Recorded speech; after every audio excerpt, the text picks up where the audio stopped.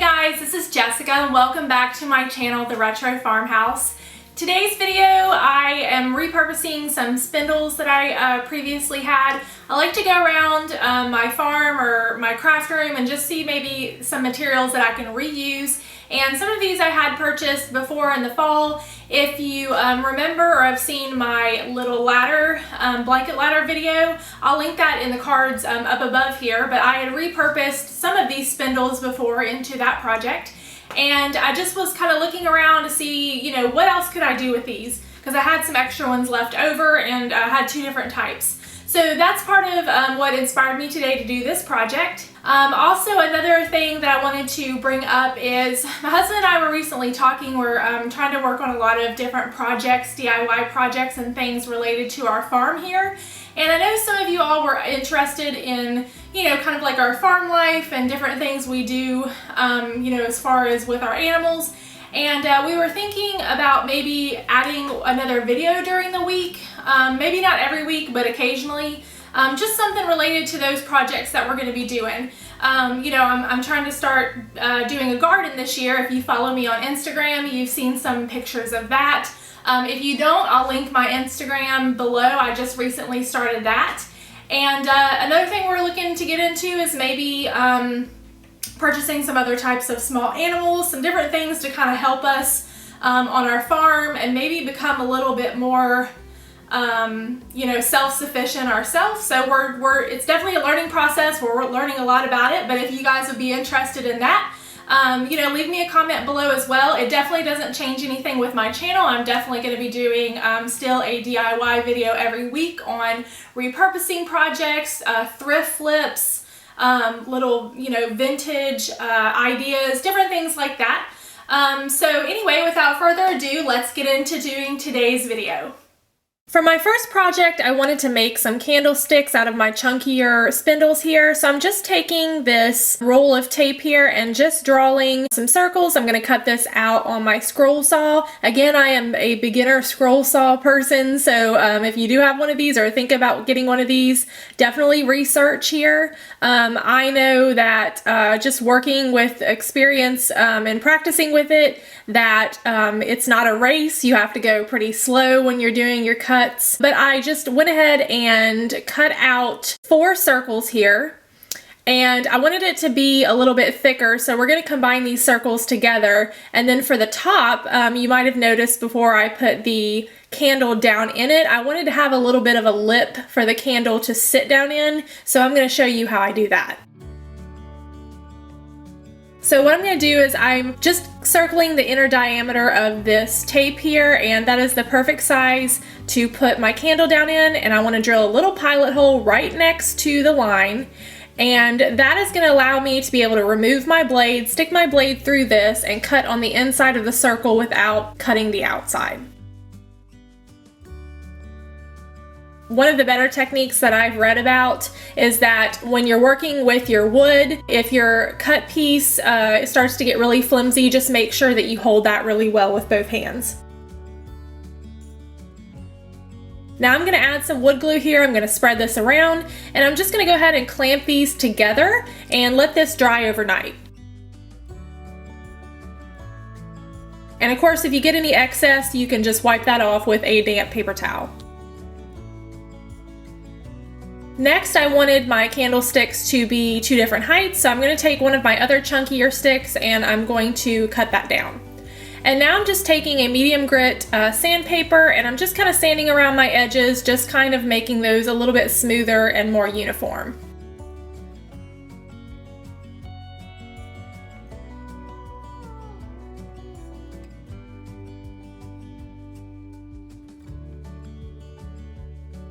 Next, I'm going to try to find the center of my disc here. This is going to be so that I could drill a pilot hole through and I'll be able to attach these onto my sticks. Now, there's 2 different ways I did this. I drilled a smaller pilot hole and then a bigger one. I only went slightly in. If you have a countersinking bit, this will make this easier, but I just did this without. Another great option is using a dowel screw. That is basically just a screw that has double ends here, and you can screw this in This is just a regular screw that I'm using, but with a dowel screw it actually has both ends are pointy, and you can pick those up at any hardware store. I'll link that below so that way you can see. Here for the top, because I only had these bigger screws, I'm just taking and I'm drilling a larger piece in the top so that my screw will sit flush down in there.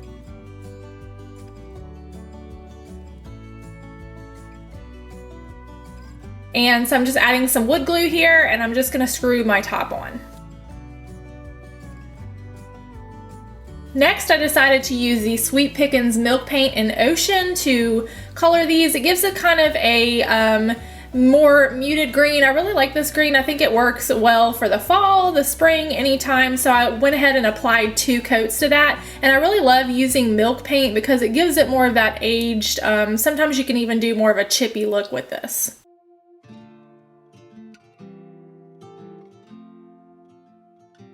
To finish off this piece, I ended up using just some clear white wax that I get from my folk art brand. I'll link that below as well. For my next project, I wanted to make a magazine rack that looked more like a vintage type magazine rack. So I'm just cutting down my spindles here, and now I'm taking a piece of scrap wood and I'm going to kind of measure my magazine here to see how much width and height this needs. And I'm just marking that at about 9.5 inches, and I'm going to cut that extra piece off. And then from there, I wanted it to be more tapered on the sides, kind of like a V. So what I did was I just marked it at, ended up marking it actually at 1.5 on both sides. And I just basically took a straight edge and went from my top corner down to my mark and just made a V and cut on that line.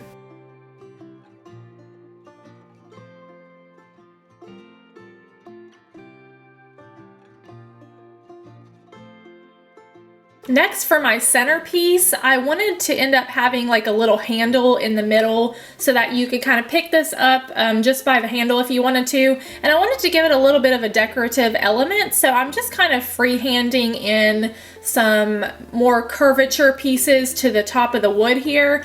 And in order to get that to match the other side, I just did 1/2 and I traced that, and then all I did is just flip it over and I traced the other half, and that way I make sure that both of my pieces are looking equal. I'm just using tissue paper to kind of trace this, but carbon paper also works really well.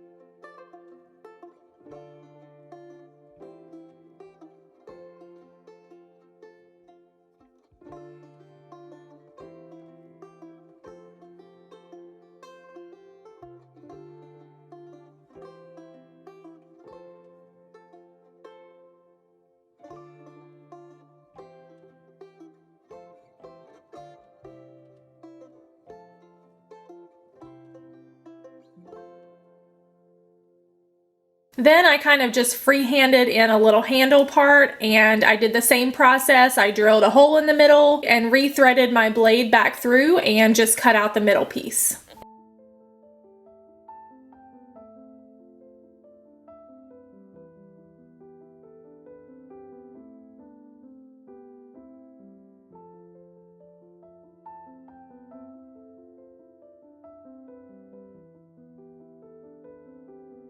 One piece that you didn't see me cut was the bottom. I just kind of measured the length and width of that and just cut that down. And now I'm just taking my spindles here and I'm trying to rough up some of the edges and get the glossy part off, because milk paint doesn't really adhere to that unless you have some bond in it.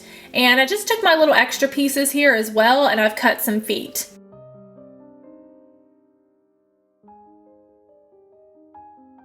And to make it easier to paint this, I like to take my little pins here and stick that in the end. That gives me something to kind of hold on to and kind of roll it around. That way I'm not getting my hands all in paint.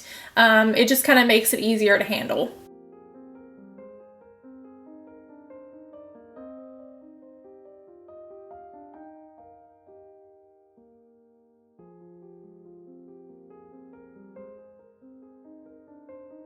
And now I'm ready to assemble my piece. I've already attached my bottom here. And what I like to do is, as you've seen in my previous projects, I like to drill my pilot holes and then put in some finishing nails just by hand. Again, I need to get a pneumatic nailer. That'll probably be my next purchase, but this works just as well. So I apply a little bit of wood glue and then measure where I want my spindles on each side. I ended up putting 3 on each side, and I applied those first, and then I did the same thing with my middle piece, just drilling my pilot holes so that the wood does not split, and then applying my finishing nails.